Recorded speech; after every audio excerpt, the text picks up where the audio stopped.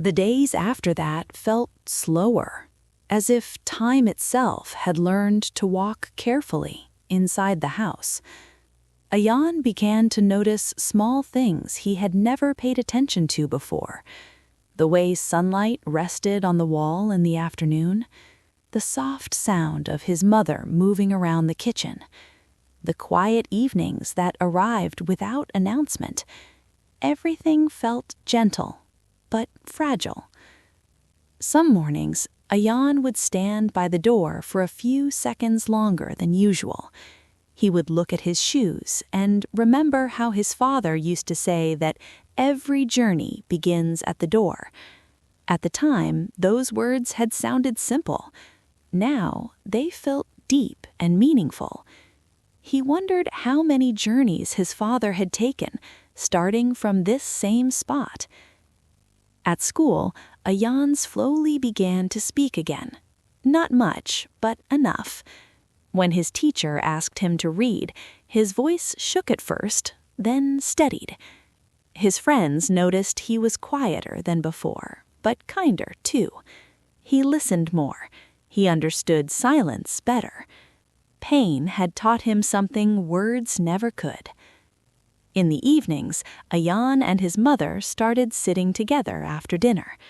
Sometimes they talked about simple things. Sometimes they talked about his father, and sometimes they just sat in silence. Those quiet moments no longer felt empty. They felt shared. One night, Ayaan asked his mother why she had kept the shoes by the door for so long. She thought for a moment before answering. She said some habits are hard to let go of because they remind us that love was real, that it existed, that it mattered. Ayaan nodded. He understood. As weeks turned into months, the house slowly found balance again. Laughter returned in small pieces. Warmth returned in quiet ways. The pain didn't disappear, but it softened. It learned to live beside love. One afternoon, while cleaning, Ayaan found an old photo.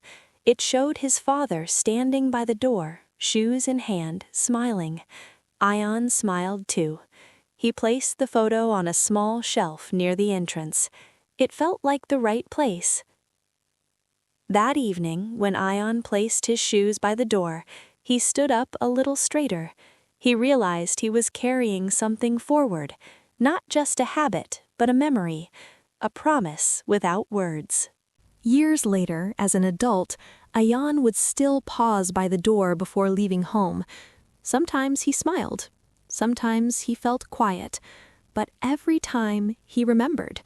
The shoes by the door were never just shoes. They were love, responsibility, and the silent ways people stay with us. And in that simple space by the door, Ayaan learned that even when someone leaves, they never truly walk away. They stay in the routines we keep, the kindness we show, and the love we pass on, step by step. After some time, Ayaan began to notice how the house carried memories in quiet corners. The door no longer felt like just an entrance, it felt like a place where stories paused. Every time he passed it, his steps slowed naturally, as if his heart wanted to listen before moving on. He didn't fight that feeling anymore. He let it stay. One afternoon, while returning from school, Ayaan stopped outside the house for a moment. He watched other people come and go, doors opening, doors closing, shoes being removed, shoes being worn. He realized that every home had its own rhythm, its own unspoken language. His home had changed, but it still spoke, just more softly now. Inside, his mother had started humming while cooking. It was not loud and not cheerful, but gentle. The sound surprised Ayaan. It reminded him of how healing doesn't arrive suddenly. It comes quietly, like light entering a room little by little.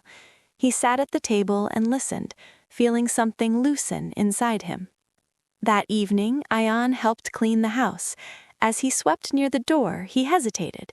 He didn't move his shoes immediately. He adjusted them carefully instead, placing them straight, just as his father used to.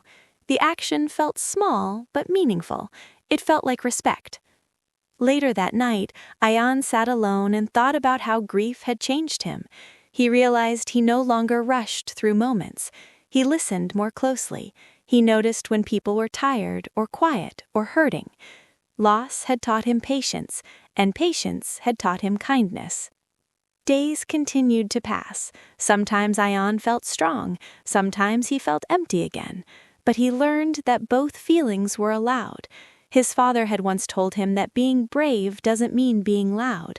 Sometimes being brave means standing quietly and still showing up the next day. One weekend, Ayaan invited a friend over for the first time since everything had changed. He felt nervous, unsure how the house would feel with someone else inside. But when his friend arrived, the house didn't feel broken.